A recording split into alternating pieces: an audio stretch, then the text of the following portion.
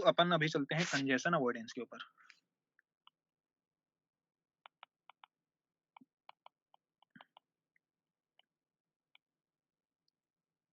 अपन ने आरटीटी वाली चीज कवर कर लिया। अब हम टीसीपी के सबसे इंपॉर्टेंट एस्पेक्ट पे चलते हैं, जो कि बहुत बढ़िया चीज है। बढ़िया भी है और थोड़ी कॉम्प्लिकेटेड भी है, क्योंकि इसमें रटने वाली चीज है, बट मोटा मोटा आइडिया लग जाना चाहिए कि कैसे क्या होता है। ठीक है, क्योंकि ये एक एल्गोरिथम है, एल्गोरिथम के अंदर पैरामीटर है, पैरामीटर कैसे अपडेट होते हैं वो सीखने का नहीं है, वो रटने का एक तरह से। तो इसलिए मैं इसकी ज्यादा डिटेल के अंदर नहीं जाऊंगा, बट आइडिया लग जाएगा अपने को। स्टार्टिंग में अपन यहाँ पे चलते हैं, थोड़ा एक सैंपल रीट्रांसमिशन वाला केस देखते हैं। तो यहाँ पे जैसा कि हम देख सकते हैं, पैकेट नंबर 43 हमने भेजा था, पैकेट नंबर 43 सामने पहुंच चुका है और उसका एक्नॉलेजमेंट इसने जनरेट कर दिया है, बढ़िया। लेकिन पैकेट नंबर 45 जो 6657 से चल रहा था, ये अपना लॉस्ट हो चुका है। ठीक है, सेंडर अपना डाटा भेजता गया। ठीक है, सामने वाले ने रिप्लाई किए, तो यहाँ पे देख, ऊपर वाले ने 256 बाइट्स जो कि यहाँ पे आए थे एप्लीकेशन को भेज दिया। फिर जैसे ही ये पैकेट लॉस्ट हुआ और अगला पैकेट आया, तो इसने बोला कि 256 बाइट्स को मैं सेव कर रहा हूँ, क्योंकि मेरे पास इससे पहले वाली सीक्वेंस आई नहीं है। और इसने एक्नॉलेजमेंट भेजी इसने 6657 की, कि तुम मेरे को 6657 से डाटा भेज सकते हो। इसका मतलब क्या है? इसका मतलब ये हो सकता है कि या तो मेरा पैकेट ड्रॉप किया है, या ऐसा हो सकता है कि पैकेट दूसरा मेरा थोड़ा लेट गया है, जिसके लिए मेरे को वेट करना चाहिए थोड़ी देर के लिए। थोड़ी देर बाद इसके पास फिर अगला पैकेट आया, इसने सेव किया और इसने फिर बोला कि 6657 का मेरे को वापस भेजो। फिर इसके पास एक और पैकेट रिसीव हुआ, इसने सेव किया, इसने फिर बोला कि मेरे को 6657 को वापस भेजो। तो यहाँ पे सेंडर क्या करेगा? सेंडर बेसिकली देखेगा कि हाँ अच्छा, सामने वाले ने मेरे को 3 एक्नॉलेजमेंट भेज दिए हैं, ये मेरी स्ट्रॉन्ग इंडिकेशन है कि मेरा पैकेट ड्रॉप कर चुका है, इसलिए मेरे को रिट्रांसमिशन करना चाहिए यहाँ पे। तो इसने पैकेट वापस रिट्रांसमिट किया।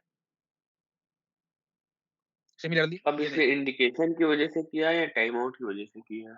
इसने इंडिकेशन की वजह से किया। टाइम आउट हुआ नहीं था, लेकिन उससे पहले ही इसने रिट्रांसमिट कर दिया। क्योंकि इसको 3 बार ही उसके बाद वाले पैकेट से एक्नॉलेजमेंट मिल गया।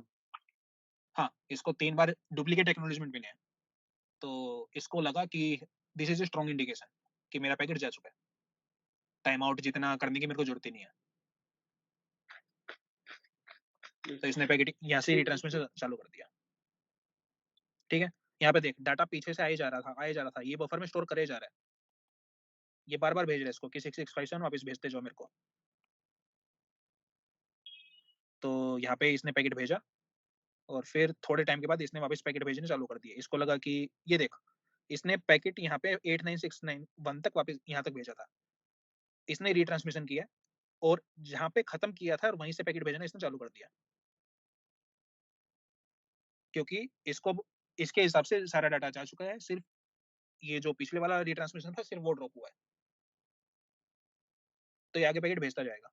और थोड़े टाइम के बाद जैसे ही ये वाला रिट्रांसमिशन यहाँ पे आया, इसने 8961 का एक्नॉलेजमेंट यहाँ पे दे दिया और अपना काम कंटिन्यू होगा यहाँ से फिर नॉर्मल केस मान के, क्योंकि रिसीवर को सब कुछ मिल चुका है और रिसीवर एक साथ 2305 बाइट्स एप्लीकेशन को दे देगा, एज्यूमिंग एप्लीकेशन ने ऑपरेटिंग सिस्टम से डाटा को मांगा है।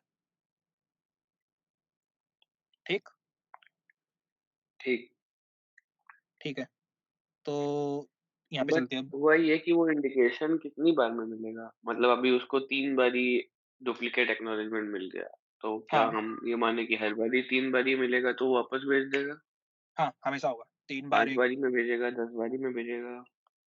वो कॉन्फ़िगरेबल शायद ना हो, क्योंकि जितना मैंने पढ़ा है उस हिसाब से 3 इज द लिमिट। बाकी हो सकता है, इसको अपना आइडिया नहीं है ज्यादा इसमें डिटेल में जाने, मतलब बेसिकली 3 क्या है, 3 एक मैजिक नंबर है, ये वैल्यू कुछ भी हो सकती है। 3 का ऐसा कुछ हाँ, प्रूव करने का हाँ। नहीं है कि हाँ 3 ही ऑप्टिमल होगा, वैसी चीजें हैं ये। तो हमने ठीक। पहले कवर किया था स्लो स्टार्ट। स्लो स्टार्ट करता क्या है? स्टार्टिंग में एक पैकेट भेजेगा, एक पैकेट भेजा तो ऐसा कुछ होगा, जैसे ही ये आया, ये अपने काउंटर की वैल्यू प्लस इक्वल टू 1 कर देगा, मतलब 1 acknowledgement implies counter plus equal to 1। और ये काउंटर क्या था? CWND, congestion window. हाँ, कंजेशन विंडो का जो काउंटर है वो प्लस इक्वल टू 1 कर देगा। Plus equal to 1 segment and it is maintained in bytes. तो basically plus equal to 512 bytes होता रहेगा हर बार, क्योंकि 1 सेगमेंट का साइज यहाँ पे ये जूम कर रहे हैं 512 बाइट से, या कुछ भी हो सकता है, वो फर्क नहीं पड़ता अपने को। अपने को बस इससे मतलब है जैसे ही एक एक्नॉलेजमेंट आया स्लो स्टार्ट के फेज के अंदर हमारी सी डब्ल्यू एन डी की वैल्यू प्लस इक्वल टू 1 हो जाती है। और हमने ये भी देखा था, इसका कॉन्सिक्वेंस ये है कि एक एक्नॉलेजमेंट आई हमारे 2 पैकेट ट्रांसमिट होंगे। सिमिलरली ये आगे गया, ये आगे गया, इसका रिप्लाई आया, फिर 2 पैकेट ट्रांसमिट होंगे, इसका आया, फिर 2 पैकेट ट्रांसमिट होंगे, और यहाँ पे प्लस इक्वल टू 1 होता रहेगा, प्लस इक्वल टू 1 होता रहेगा। तो एक तरह से हम देखें तो ये अपना एक आरटीटी था, फिर जहाँ से हमने ये पैकेट भेजा, इसका एक्नॉलेजमेंट यहाँ पे आया, ये अपना दूसरा आरटीटी हो गया। फिर यहाँ से हमने पैकेट भेजे, इसके एक्नॉलेजमेंट आगे आते रहेंगे, ये अपने अगले आरटीटी हो गए। तो ये इफेक्टिवली अपने एक्सपोनेंशियली बढ़ रहे हैं।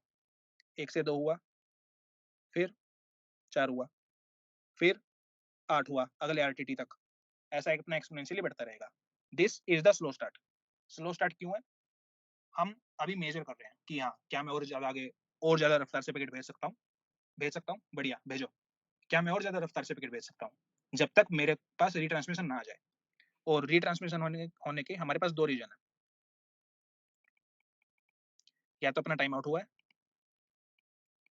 या हमारे पास 3 डुप्लीकेट एक्नॉलेजमेंट आई हैं। 2 रीज़न है जिनकी वजह से रिट्रांसमिशन हो सकता है। जैसे ही रिट्रांसमिशन हुआ, हम स्लो स्टार्ट को खत्म कर देंगे। हम उसके बाद जाएँगे अपने कंजेशन अवॉइडेंस के अंदर। इतना समझ में आया? ये अभी रिवीजन चल रही है। हुँ, ठीक है, ये तो क्लियर है। और ये चीज़ ध्यान देने लायक है कि स्लो स्टार्ट, जैसा कि अब तक मैं बताता आया हूँ, is not equal to congestion avoidance. माने कि इंडिपेंडेंट एल्गोरिथम्स हैं। इन दोनों के टारगेट अलग-अलग हैं। लेकिन ये इम्प्लीमेंट एक साथ ही होती हैं कोड के अंदर, ताकि अपना कोड कॉम्पैक्ट हो। लेकिन इन दोनों के टारगेट अलग-अलग हैं। ये चीज़ हमें ध्यान में रखने की ज़रूरत है। ठीक है? और यहाँ पे हमारा हो सकता है पैकेट एरर हो सकती थी। लेकिन आजकल के नेटवर्क्स स्ट्रॉन्ग हैं। इफ हम पैकेट एरर को लेस देन 1% मानते हैं, एक रीज़न इसका होने का कि हमारी रिट्रांसमिशन होने का, तो हम इसको इग्नोर करके चलते हैं कि पैकेट एरर मॉडर्न नेटवर्क के अंदर होने बहुत ज़्यादा रेयर है। ठीक है? और वैसे भी अपने नीचे मैक की लेयर के अंदर चेकसम होता है, आईपी की लेयर के अंदर चेकसम होता है। अगर कुछ दिक्कत आती है वहाँ पे भी अपना हैंडल हो जाता है सब कुछ। तो टीसीपी के रिट्रांसमिशन के मेजरली 2 ही रीज़न है, या तो टाइम आउट हुआ है, या अपने पास डुप्लीकेट एक्नॉलेजमेंट आई है। ठीक है? हाँ, पर वहाँ पे हैंडल करके रिट्रांसमिशन ही तो करते हैं। लेट्स से अगर चेकसम फेल होता है तो रिट्रांसमिशन ही तो मानते हैं हम। टीसीपी को पता ही नहीं लगेगा कि पैकेट आया भी है। क्योंकि नीचे वाली लेयर्स जो हैं टीसीपी की, वो देख लेंगे कि हाँ, चेकसम गलत है, मतलब पैकेट खराब है, इग्नोर करो। टीसीपी के लिए इफेक्टिवली टाइम आउट हो जाएगा फिर। हुँ, सही बात है। 1 सेकंड रुक। सेंडर ने एक पैकेट भेजा, हुँ, ठीक है। जब तक मैं अभी राउटर से अलग-अलग आगे जा रहा है, लेट्स आईपी लेयर में किसी राउटर में चेकसम हुँ, फेल हो गया, अभी वो पैकेट ड्रॉप हो गया। हाँ, तो उस लेयर से ऊपर जाएगा ही नहीं। पर सेंडर तो पैकेट भेज चुका था, तो तो रि टाइम आउट होगा, अगर टाइम एक आउट ही या 3 डुप्लीकेट हैक, दोनों में से हाँ, कुछ भी टाइम हो आउट सकता है। इनमें से कुछ भी पहले हो जाए। हाँ, हाँ। मतलब बेसिकली क्या है, पैकेट एरर का अलग से केस हमें देखने की ज़रूरत नहीं है। इफेक्टिवली हमारे पास या तो 3 डुप्लीकेट टैग बचेंगे, या टाइम आउट होगा। मतलब पैकेट एरर में भी तो इन्हीं 2 केस में चला जाएगा ना, ये बोल हाँ, रहा है। हाँ, पैकेट एरर इफेक्टिवली हुँ, अपना इस केस में चला जाएगा। हुँ, वो बात अलग है कि आईपी हेडर सिर्फ आईपी हेडर का चेकसम सिर्फ आईपी हेडर को देखता है, टीसीपी वाला पूरे डाटा को देखता है। लेकिन जितना मेरे को याद है, पक्का श्योर नहीं हूँ मैं, कि जो नेटवर्क वाला लेयर है वो भी पूरे पैकेट को ही देखता है। वो अलग चीज़ है, उसके अंदर अपना जाने की ज़रूरत नहीं है, बट जो एल्गोरिथम है वो पैकेट एरर को एक्सप्लिसिटली बोलती है कि हम पैकेट एरर को हैंडल नहीं कर रहे, क्योंकि इसका पॉसिबिलिटी बहुत ज़्यादा कम है, और ये अपना टाइम आउट के अंदर हम ओके, एज्यूम कर सकते हैं। ठीक है? ओके। तो एक और चीज़, जैसा कि हम बोले थे कि ये मेरा सेंडर है, ये मेरा रिसीवर है। बीच में बहुत से राउटर हो सकते हैं। कुछ भी पाथ हो सकता है, मल्टीपल पाथ्स हो सकते हैं, फ़र्क नहीं पड़ता। ठीक है? वैसे 2 अलग-अलग पाथ नहीं होंगे, स्टार्टिंग में तो एक ही होगा, ठीक है, जो भी है। तो सेंडर के लिए यहाँ पे मैक्सिमम सेगमेंट साइज़ होता है, यहाँ पे मैक्सिमम सेगमेंट साइज़ होता है। इसकी एक खुद की रिसीव विंडो होती है, इसकी खुद की रिसीव विंडो होती है। अभी हम एज्यूम कर रहे हैं कि डाटा फ्लो सिर्फ़ सेंडर से रिसीवर की तरफ से हो रहा है और रिसीवर सिर्फ़ अपने को एक्नॉलेजमेंट भेज रहा है। तो रिसीवर की होती है रिसीव विंडो साइज़। रिसीवर का होता है मैक्सिमम सेगमेंट साइज़। अपना खुद का भी होता है मैक्सिमम सेगमेंट साइज़। तो ये वाली receiver window size, maximum segment size. This is congestion control from receiver side.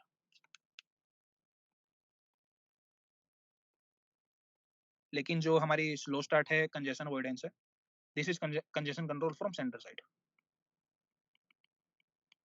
Receiver side ने बताया कि मेरे ये रिक्वायरमेंट्स है, मतलब ये मेरी हार्ड कोडेड रिक्वायरमेंट्स है। मतलब रिसीवर ने बता दिया अगर इससे ज़्यादा मेरे पास डाटा आएगा, मैं ओवरलोड हो जाऊँगा। लेकिन जो कंजेशन कंट्रोल है, वो सेंडर खुद देखता है कि उसने परसीव किया कि नेटवर्क मेरा स्लो चल रहा है, नेटवर्क के अंदर पैकेट ड्रॉप हो रहे हैं। उस हिसाब से अपना सेंडर देखता है कि मेरे को भी भेजने की रफ्तार कम करनी पड़ेगी अपने पैकेट्स को। ठीक है? कोई ठीक डाउट यहाँ है। तक? नहीं, सही। ठीक है। तो जब हमारा कंजेशन होता है, हम अपने ट्रांसमिशन रेट को कम करते हैं नेटवर्क के अंदर।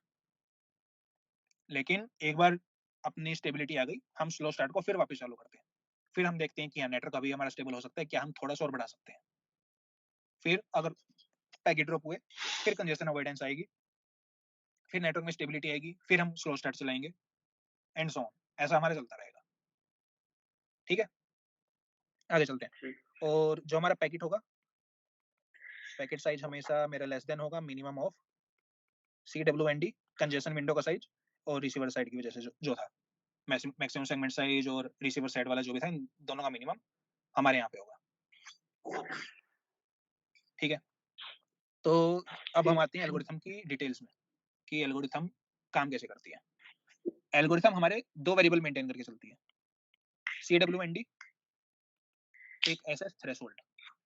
सीडब्ल्यूएनडी है हमारी कंजेशन विंडो का साइज़, और एसएस थ्रेशोल्ड अपनी स्लो स्टार्ट का थ्रेशोल्ड है, कि इस पॉइंट से नीचे मेरा स्लो स्टार्ट चलना चाहिए। अगर ये थ्रेशोल्ड रीच कर गया, इसके बाद हमारी स्लो स्टार्ट नहीं चलनी चाहिए। हमारी दूसरी एल्गोरिथम चलेगी, कंजेशन अवॉइडेंस की। ठीक है? तो इनिशियली हमारा सीडब्ल्यूएनडी इज सेट टू 1 सेगमेंट, और एसएसएस थ्रेशोल्ड हमारी 65,536 मैक्सिमम पॉसिबल वैल्यू 35 35 होना चाहिए, हाँ, 65,535 के ऊपर सेट कर दिया। ये तो अपना स्टेप नंबर 1। समझ में आया एसएस थ्रेशोल्ड क्या होता है? हाँ। ठीक है। सेकंड केस, स्टेप नंबर 2, जो टीसीपी है, never transmits more than minimum of CWND, और रिसीवर ने जो अपना पैकेट भेजा उससे अपनी विंडो साइज, टीसीपी इन दोनों का मिनिमम लेके पैकेट भेज देगा। ठीक है? तो मैं वापस रिपीट कर रहा हूँ, कंजेशन कंट्रोल एक फ्लो कंट्रोल है। अच्छा, ये उस टाइम भी मैंने गलत बोला था, ये कंजेशन कंट्रोल नहीं है, it is a flow control.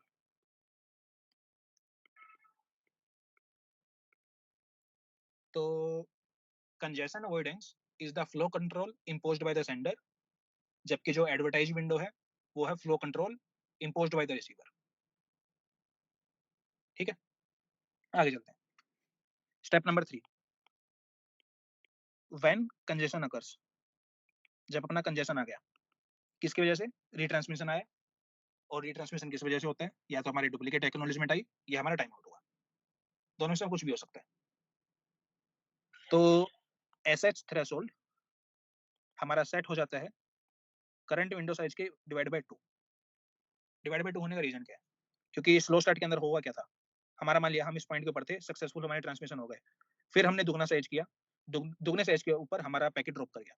तो जो हमारा पिछला वो था कि जहाँ तक हमारा स्लो स्टार्ट काम किया था, वहाँ पे एसएसएस थ्रेशोल्ड को हमने इक्वल कर दिया। ठीक है? ठीक है। और दूसरा variable, if this congestion was due to time out.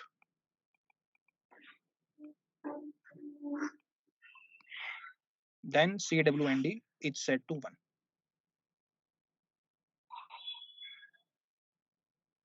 इसको वापस रीसेट कर दिया। अगर अपना टाइम आउट हुआ, CWND वापस नीचे चला जाएगा, बिल्कुल ग्राउंड पे, ताकि फिर वापस थोड़ा-थोड़ा करके काम करना चालू करे वो।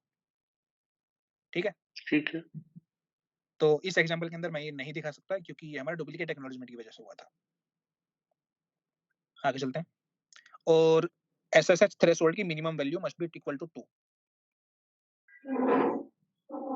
तो अगर मान लिया CWND डिवाइड बाय 2 अपना 2 से भी कम चला गया, तो उस केस में हम SS थ्रेशोल्ड को 2 रख देंगे। तो बेसिकली कॉमा 2 इन दोनों का हम मैक्सिमम रखेंगे। ठीक है? SSH थ्रेशोल्ड मेरा कभी 2 से कम हो नहीं सकता, और अगर मेरा टाइम आउट हुआ तो मेरा CWND 1 हो जाएगा। इस केस में क्या होगा, क्योंकि CWND तो हमारे हमने ये बोला था, अगर CWND less than equal to SS threshold है तो स्लो स्टार्ट। अगर ये इससे बड़ा चला गया तो अपना कंजेशन अवॉइडेंस। ठीक है? आगे ठीक चलते हैं। है। तो नंबर 4, अब हम देखते हैं CWND अपडेट कैसे होता है। जैसा जो मैं पहले बता चुका हूँ, if we get new acknowledgement, तो 2 केस आते हैं, या तो मैं स्लो स्टार्ट के अंदर हूँ या मैं कंजेशन अवॉइडेंस के अंदर हूँ। स्लो स्टार्ट के अंदर हूँ तो मेरा basically plus equal to 1 segment हो जाएगा CWND का साइज। लेकिन अगर मैं कंजेशन अवॉइडेंस के अंदर हूँ तो मेरा plus equal to 1 by current CWND हो जाएगा सेगमेंट साइज। बेसिकली इफेक्ट क्या पड़ा इसका, मैं फाइनल समरी बता देता हूँ क्योंकि डिटेल में अपने को जाने की जरूरत नहीं है। मैं स्लो स्टार्ट वाला केस पहले कवर कर चुका हूँ कि अगर मैं प्लस इक्वल टू 1 करता हूँ तो इफेक्टिवली हमारा प्राइस मतलब CWND की वैल्यू दुगनी बढ़ रही है। ये वाला हम लॉजिक इसमें लगाएंगे। और हाँ, ये चीज याद रखनी, ये हम एक RTT के ऊपर वो मेजरमेंट कर रहे हैं। तो स्टैटिक में हमारे बड़ा बड़ा बड़ा बड़ा बड़ा ये तो था एक्सपोनेंशियल 2 की पावर समथिंग 2 की पावर x या जो भी है, फिर ये हो जाएगा लीनियर। और CWND should increase by at max 1 to linear 1। कैसे हुआ? हाँ, लीनियर कैसे हो गया था? ऊपर चल। डिटेल में ये जाना है क्या? लीनियर कैसे हो गया? मतलब ये देख ले, एक तरह से प्लस बट इक्वल टू 1 से अगर एक्सपोनेंशियल हो रहा है तो मतलब बाइट साइज हाँ, कैलकुलेशन करनी पड़ेगी यहाँ पे। हो क्या रहा है, एक RTT है, वो ठीक है। एक RTT में बहुत सारे कंजेशन में पैकेट्स जा रहे 1 हैं। बाय CW20 तो भी क्या था? ये मान ले चल, सुन, ऐसा बता देता हूँ मैं। मान लिया ये एक RTT था यहाँ पे, ठीक है?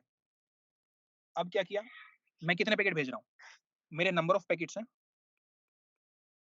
CWND, इतने सारे मेरे पैकेट्स हो रहे हैं, तो इतना डाटा मैंने भेज दिया, एज्यूमिंग कि जितने पैकेट मैंने भेजे हैं उतने की ही मेरी एक्नॉलेजमेंट आ रही है, तो कितने होंगे? मैं हर एक एक्नॉलेजमेंट के साथ 1 बाय CWND बढ़ा रहा हूँ, तो मेरे CWND मैंने पैकेट्स भेजे थे, तो एक RTT के बाद मेरे CWND इंटू 1 बाय CWND से मेरा इंक्रीमेंट हो जाएगा, तो इफेक्टिवली 1, एक RTT में मेरा एट मैक्स एक इंक्रीमेंट हुआ।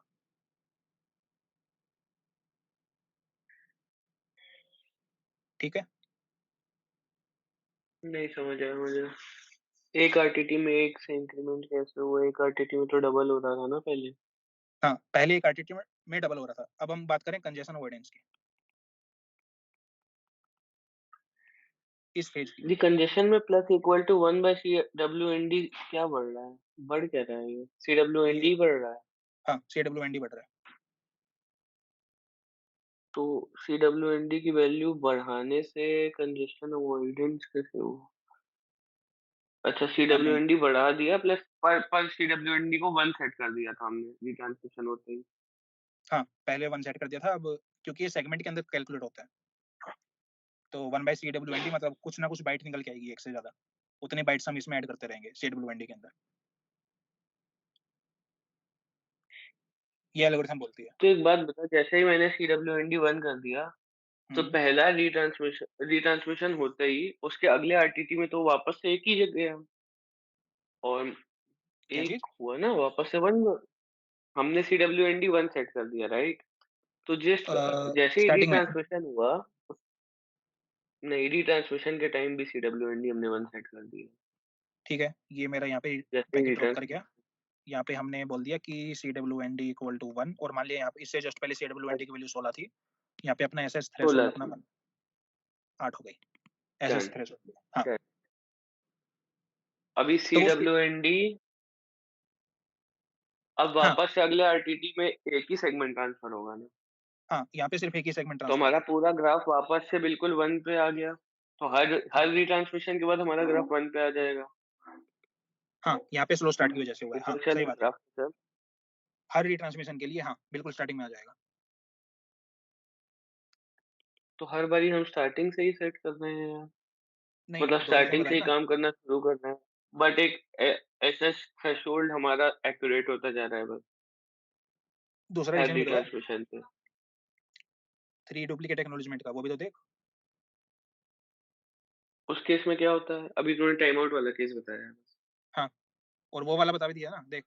एसएस थ्रेशोल्ड तो डिवाइड बाय 2 तो हमेशा होगा ही। कंजेशन आता ही मतलब रिट्रांसमिशन जब भी हुआ या रिट्रांसमिशन, हमारा एसएस थ्रेशोल्ड तो अपडेट होगा ही।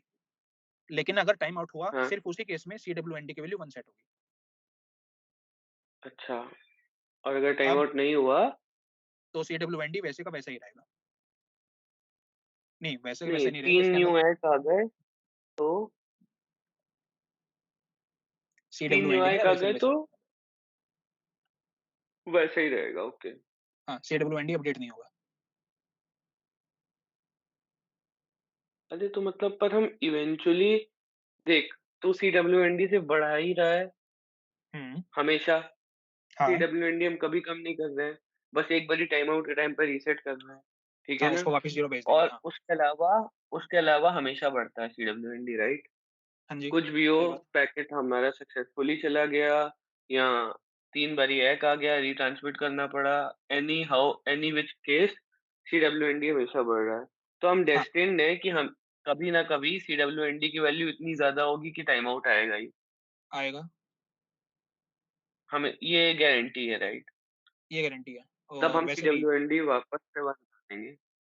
हाँ, और ये एल्गोरिथम पुराने वाली है। इसका जो अपडेट आया फास्ट रिकवरी और फास्ट रिट्रांसमिशन का, वो इसके बाद आया, 2-3 साल बाद इसके। हाँ, तो उतनी कम लगी नहीं मुझे। मतलब फिर से तुमने 1 से स्टार्ट कर दिया। तुमने पिछली इन्फॉर्मेशन का यूज़ नहीं किया अच्छे से। फिर से 1 से तुम शुरू कर दो, फिर से ऑप्टिमम फाइंड करने की कोशिश कर रहे हो। हुँ, मतलब स्लो स्टार्ट यहाँ पे ही हो गया ना। दोनों मतलब इन दोनों पैरामीटर्स का यूज़ करके हमें दे दे रहे हैं। एक्स्पोनेंशियली बढ़ाना है या लीनियरली बढ़ाना है। अब ऐसा हो सकता है ना, देख, ठीक। एक और केस कि मान लिया हम एज्यूम कर रहे हैं कि 3 डुप्लीकेट एग का केस है, कोई टाइम आउट वाला केस नहीं है। स्टार्टिंग में ये बढ़ा, फिर यहाँ पे मेरे 3 वो आ गए। तो एसएसएस थ्रेशोल्ड तो मेरा इसके इक्वल हो जाएगा, पुरानी वैल्यू मेरी यहाँ पे थी, मेरा एसएसएस थ्रेशोल्ड यहाँ पे चला गया। फिर ये लीनियरली इंक्रीज़ करेगा, हुँ, जितना मेरे को ये हाँ, हुँ। सीडब्ल्यूएनडी अब बढ़ानी है। हाँ, अब धीरे-धीरे हाँ, अब अब मान लिया ये धीरे-धीरे तेज़ करेगा हुँ, अब मान लिया ये जब कुछ ज़्यादा तक ही आगे चला रिटर्न। गया। हाँ, हाँ, हुँ, तो एज्यूमिंग फिर 3 डुप्लीकेट एग आए, तो मेरा एसएसएस थ्रेशोल्ड मेरा मान लिया इसका नए वाले का हाफ यहाँ पे ऊपर चला गया। तो एसएसएस थ्रेशोल्ड मेरा ऊपर भी जा सकता है, नीचे भी जा सकता है। ठीक जैसा है, कि हमने बताया था ठीक कि है। एसएसएस थ्रेशोल्ड मेरा ज़्यादा से ज़्यादा 2 तक गिर सकता है। उसके हुँ, बाद ये बढ़ेगा भी, ये बढ़ भी सकता है फिर आगे। बेस्ड ऑन कंजेशन, पहले पहले कंजेशन था, अब कंजेशन हट चुका है, उस केस का। फिर अगर मान लिया टाइम आउट हो गया, मतलब 3 डुप्लीकेट एक्नॉलेजमेंट भी नहीं आई, फिर ये एकदम गिर जाएगा पूरा। फिर वापस स्लो स्टार्ट चलाएगा और ये, फिर से अब क्योंकि एसएसएस थ्रेशोल्ड मेरा यहाँ तक था, फिर वापस ये स्लो स्टार्ट यहाँ पे चलाएगा। वैसे यहाँ पे नहीं था, मेरा एसएसएस थ्रेशोल्ड यहाँ पे था इस केस में, तो यहाँ तक स्लो स्टार्ट चलेगा, फिर वापस ये लीनियर चलना चालू हो जाएगा। ठीक है।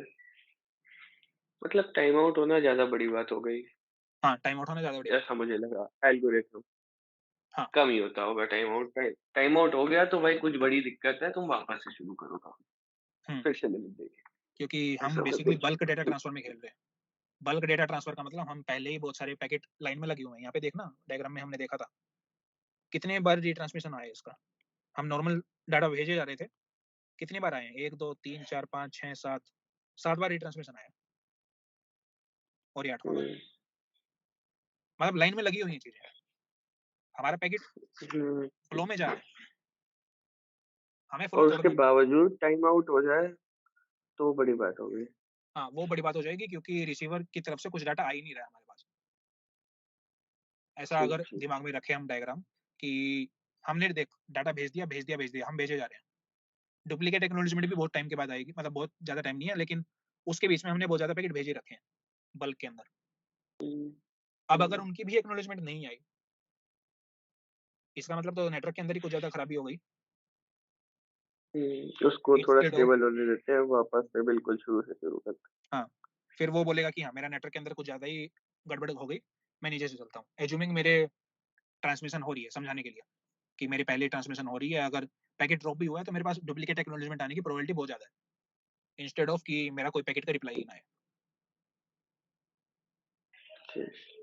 और हमने देखा भी तो था कि टाइम आउट की वैल्यू हमारे आरटीटी से बहुत ज़्यादा होती है, 4 गुना का वेरिएंस भी रखते हैं हम। हुँ, आरटीटी के अंदर बहुत ज़्यादा फ्लक्चुएशंस आ भी रही हैं तो उस केस में तो यही हो गया कि 4 गुना डी 4 इंटू डी वाला जो था, उतना फैक्टर तक हमें वेट ही नहीं करना, ज़्यादा वेरिएंस तक। मतलब कॉम्प्लिकेटेड है, ठीक है। लेकिन वैसा नहीं है कि कुछ लॉजिक नहीं है इतना, ऐसे आर्बिट्रेरी सोच रखा है। वो बात अलग है कि हाँ, डिवाइड बाय ये 2 करना लॉजिकल है, ड्रॉप टू 1 करना है, लीनियरली इंक्रीज़ करना है, वो थोड़ा आर्बिट्रेरी है, बट मेन आइडिया ये है, ठीक है, गॉट इट। ठीक है? तो इसके अंदर जैसा कि हमने देखा, इन्होंने अपडेट दी है और वो है अपने fast retransmission and fast recovery. ये दोनों कब आती हैं? तो इससे पहले टीसीपी की एक रिक्वायरमेंट जो हम भूल चुके हैं, मतलब जो हमने डिस्कस नहीं किया, वो मैं बता देता हूँ कि let's say I am receiver और मेरे पास आउट ऑफ ऑर्डर में डाटा आ गया।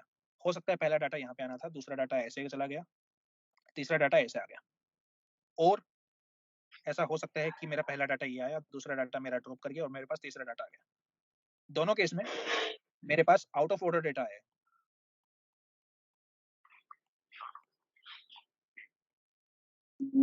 ठीक है, और टीसीपी बोलता है कि जैसे ही रिसीवर के pass out of order data आए या मेरे pass out of order data आए, मैं एक्नॉलेजमेंट भेज दूं यहीं पे, चाहे ये वाला केस हो, चाहे ये वाला केस हो।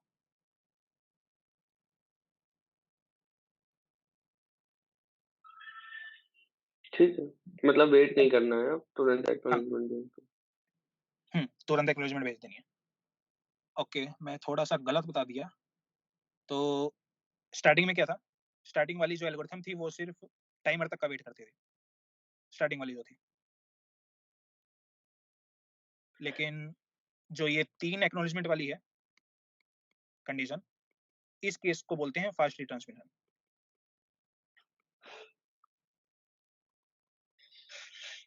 ठीक है? ठीक है, अब ठीक है, पहले क्या था, ठीक है। हुँ, पहले पूरा टाइम आउट होने का वेट करता था वो। हाँ, अब जैसे ही 3 या 3 से ज़्यादा डुप्लीकेट एक्नॉलेजमेंट आ गई, इस ये एक स्ट्रॉन्ग इंडिकेशन है कि हमारा सेगमेंट लॉस्ट हो चुका है। हम वहाँ पे एज्यूम ठीक, कर सकते हैं विद स्ट्रॉन्ग कॉन्फिडेंस कि हमारा पैकेट लॉस हो चुका है without waiting for transmission timer to expire. तो हम वहाँ पे फास्ट रिट्रांसमिशन कर देंगे। ठीक है। समझ और लिया था ये तो। इसके बाद हम करेंगे कंजेशन अवॉइडेंस। तुरंत, ये हाँ, ज़रूरी पूरा है। This is fast recovery. हाँ, सही बात है। ठीक है? तो वो अब रूल्स हैं, ऑटोमैटिकली हो रहा है या एल्गोरिथम में चेंज किया है? एल्गोरिथम में चेंज किया,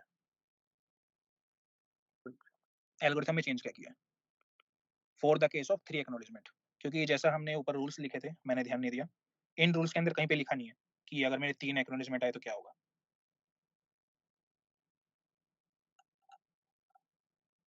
ठीक है? और एक तूने चीज, 4 में जो लिखा है ना, वो मैं वही समझ लिया था कि 3 एक्नॉलेजमेंट आने पे नॉर्मली। हाँ, ये गलत बोला मैं, ये फोर्थ पॉइंट नहीं है, फोर्थ वाला पॉइंट ये वाला था। 4th वाला ये वाला पॉइंट था। ठीक है, मतलब जो ये एल्गोरिथम है, तब फास्ट ट्रांसमिशन से कुछ था ही नहीं कि 3 एक पे वापस भेज देंगे। तब ये जब एल्गोरिथम लिखा गया था तब वो टाइम आउट पे ही ट्रांसमिशन होता था सिर्फ। हम्म, ठीक है। एक मिनट, मैं थोड़ा सा कंफ्यूज हो रहा हूँ यहाँ पे। एल्गोरिथम में ऊपर भी लिख रखा है एक्नॉलेजमेंट का।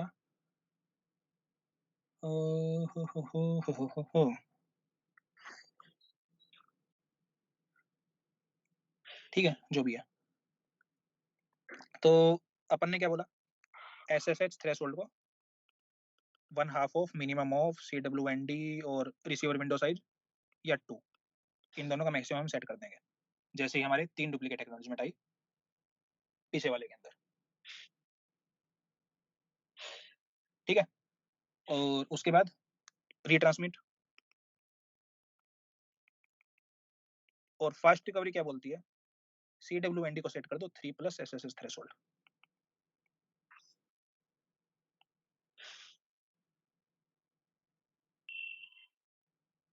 ठीक है।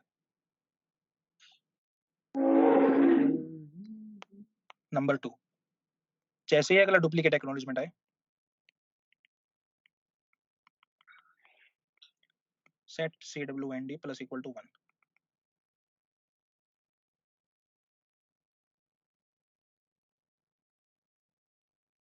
और फिर ट्रांसमिट कर दो।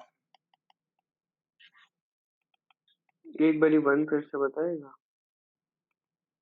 1 मिनट में रूल्स लिख लूं, फिर देखते हैं ताकि बाद में कंफ्यूजन ना हो। When we get acknowledgement, proper acknowledgement, माने कि ये डुप्लीकेट नहीं है, set CWND to SSH threshold plus 1, 2 SSH threshold.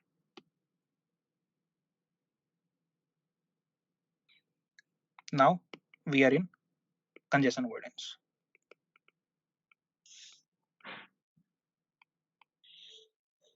और शुरू में थे हम फास्ट रिकवरी में।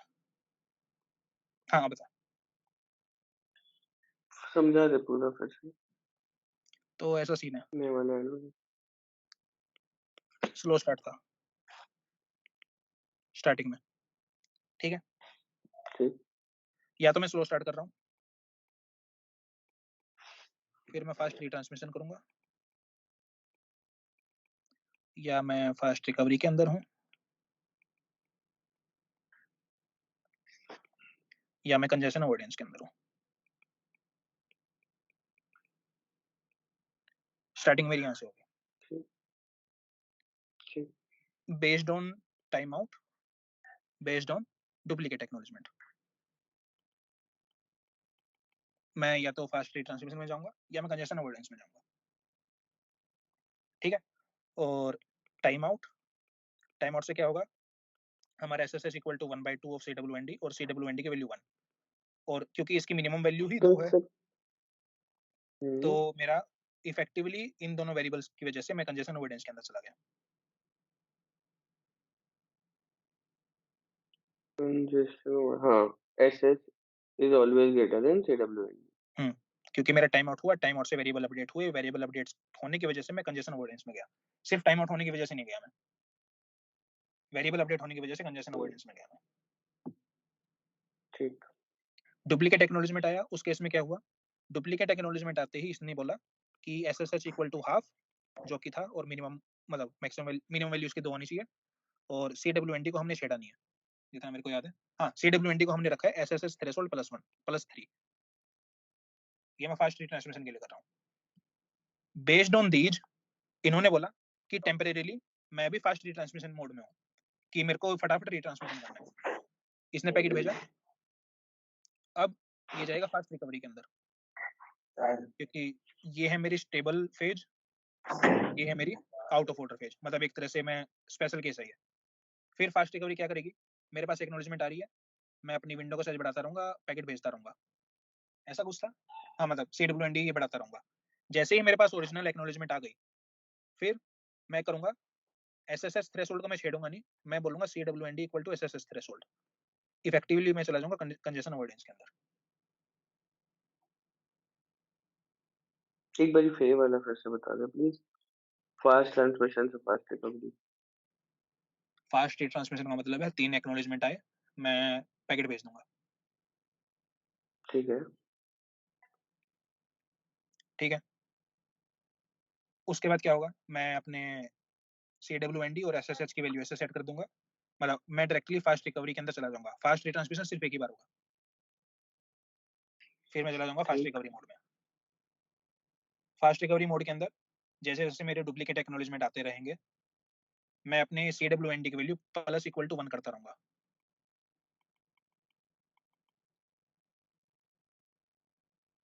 और अगर मेरी ठीक। नई CWND की वैल्यू मेरे को पैकेट रिट्रांसमिशन करना अलाउ करती है, तो मैं पैकेट को रिट्रांसमिट करूंगा, अगर अलाउ करती है, काइंड ऑफ। मतलब रिट्रांसमिट नहीं करूंगा, जो मेरे इस एग्जांपल में देखते हैं। इस एग्जांपल में क्या हुआ था, पैकेट रिट्रांसमिट अब करना क्यों है? रिट्रांसमिट नहीं कर रहे। हाँ, इसने बोला, मैंने रिट्रांसमिट कर दिया। ठीक है। हम्म। थोड़े टाइम के बाद हम्म। मेरे पास जैसे ही पैकेट आया, मैं अपना पैकेट भेजना चालू कर दिया एक एक करके। मेरे पास एक और ये एक्नॉलेजमेंट आई, मैं अपनी CWND की वैल्यू 1 बढ़ाया और मैं एक और पैकेट ट्रांसमिट किया। मतलब हो हम्म। क्या रहा है, वो डायग्राम याद है यहाँ पे स्लाइडिंग विंडो वाला? पहले क्या हो हाँ रहा था, ठीक है। पहले इसने विंडो का साइज 1 से बढ़ा दिया। अब क्योंकि पिछले डाटा की एक्नॉलेजमेंट आ चुकी थी, मैं इफेक्टिवली 2 पैकेट भेजूंगा। यही बात थी। ठीक है। अब हाँ। क्या हो रहा है, मेरे पिछले डाटा की एक्नॉलेजमेंट अब तक आई नहीं मेरे पास। क्या हो गया इसको, तो मैं करूंगा क्या, मैं सिर्फ एक ही पैकेट भेजूंगा अगर मेरे पास एक और पैकेट भेजने को पड़ा है। क्योंकि बहुत पुराने की नहीं, किसी पुराने की एक्नॉलेजमेंट तो आई है ना। पुराने की एक्नॉलेजमेंट नहीं आई, मतलब यहाँ तक की एक्नॉलेजमेंट मेरी आ चुकी है, अभी तक मेरे पास डुप्लीकेट रिट्रांसमिटेड एक्नॉलेजमेंट वाले आ की रही है। एक्नॉलेजमेंट आई है। हाँ। रीट्रांसमिशन वाले की एक्नॉलेजमेंट 71 के बाद आई है। अच्छा हाँ, ठीक है। अभी भी मेरे ठीक पास है जो ठीक है ठीक एक्नॉलेजमेंट आ रही है वो पुराने वाले डेटा की है। है। डुप्लीकेट। हम्म।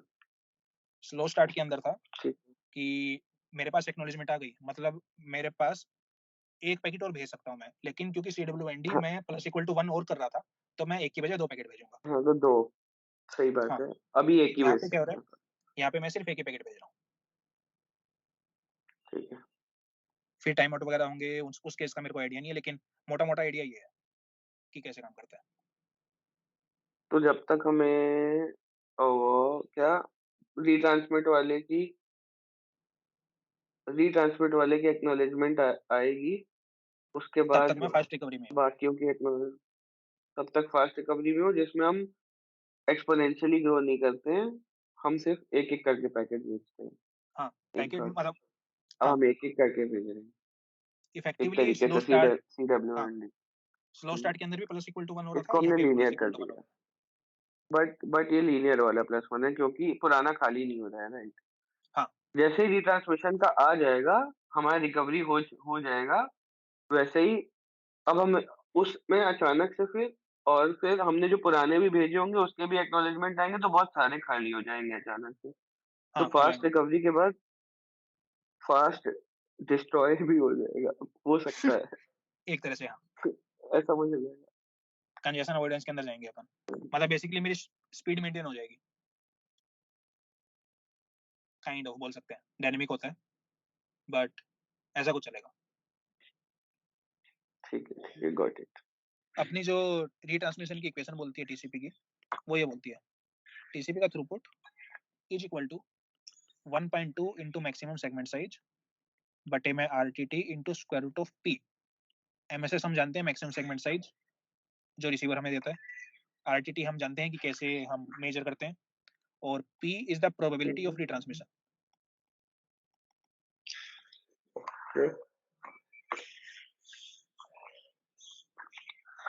तो क्यूइंग थ्योरी वगैरह, मतलब किसी का तो यूज करते हैं लोग, जिससे ये फॉर्मूला निकल के आता है। तो अगर अपने को पता है कि अपने को रिक्वायर्ड थ्रूपुट इतना चाहिए, मैक्सिमम सेगमेंट साइज RTT हम कंप्यूट कर ही लेते हैं लाइव, तो अपनी रिट्रांसमिशन की प्रोबेबिलिटी कितनी होनी चाहिए जिसके थ्रू हमें डिजायर्ड थ्रूपुट गेन हो। फॉर एग्जांपल, मान लिया MSS की वैल्यू है अपनी 1500 बाइट सेगमेंट, 1500 बाइट का एक सेगमेंट है। आरटीटी की वैल्यू मान लिया मेरी 100 मिली सेकंड है, जो मैंने कंप्यूट किया, और मेरा 10 जीबीपीएस का थ्रूपुट रिक्वायर्ड है।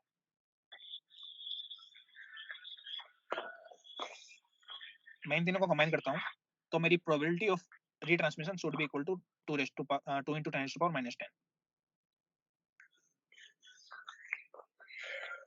तो ये होगा, बहुत ज्यादा कम होनी चाहिए रिट्रांसमिशन कैपेसिटी अगर अपने को फुल स्पीड चाहिए। ठीक, बाकी अपना टीसीपी यहाँ पे ऑफिशियली खत्म करते हैं अपन। उसके बाद अपन करेंगे डीएनएस सर्वर। अपना डीएनएस आखिरी टॉपिक बचता है, जिसके अंदर अपन google.com को आईपी एड्रेस में कन्वर्ट करेंगे। फिर अपना एप्लीकेशन लेयर अपन चालू करेंगे, एचटीटीपी कैसे काम करता है, मेल कैसे काम करती है, वगैरह वगैरह। ठीक है, चलो।